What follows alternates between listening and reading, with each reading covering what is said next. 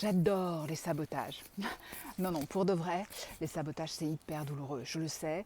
Je le sais pour moi, je le sais pour toutes mes clientes en fait. Mais je l'adore pourquoi? Je l'adore parce que c'est un sabotage éclairage. Le sabotage, au lieu finalement de continuer à s'auto-flageller, qui est aussi un autre sabotage, un autre schéma qu'on a appris, une sorte de conditionnement qu'on a appris dans l'enfance, eh bien, quand on le voit se refaire pour la énième fois, ce sabotage, on peut voir que c'est juste un schéma qui demande, qui remonte à la conscience et qui demande d'être lâché, transformé. Pourquoi?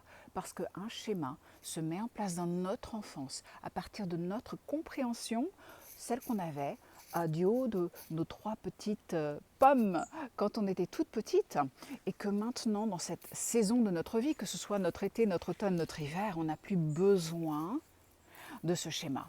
Et donc, c'est en voyant et en traversant le sabotage que l'on peut aller de l'autre côté. C'est un petit peu le sabotage, il est un petit peu pour te montrer si quand tu as un tuyau et que l'eau ne circule pas au bout, de voir exactement là où est le nœud.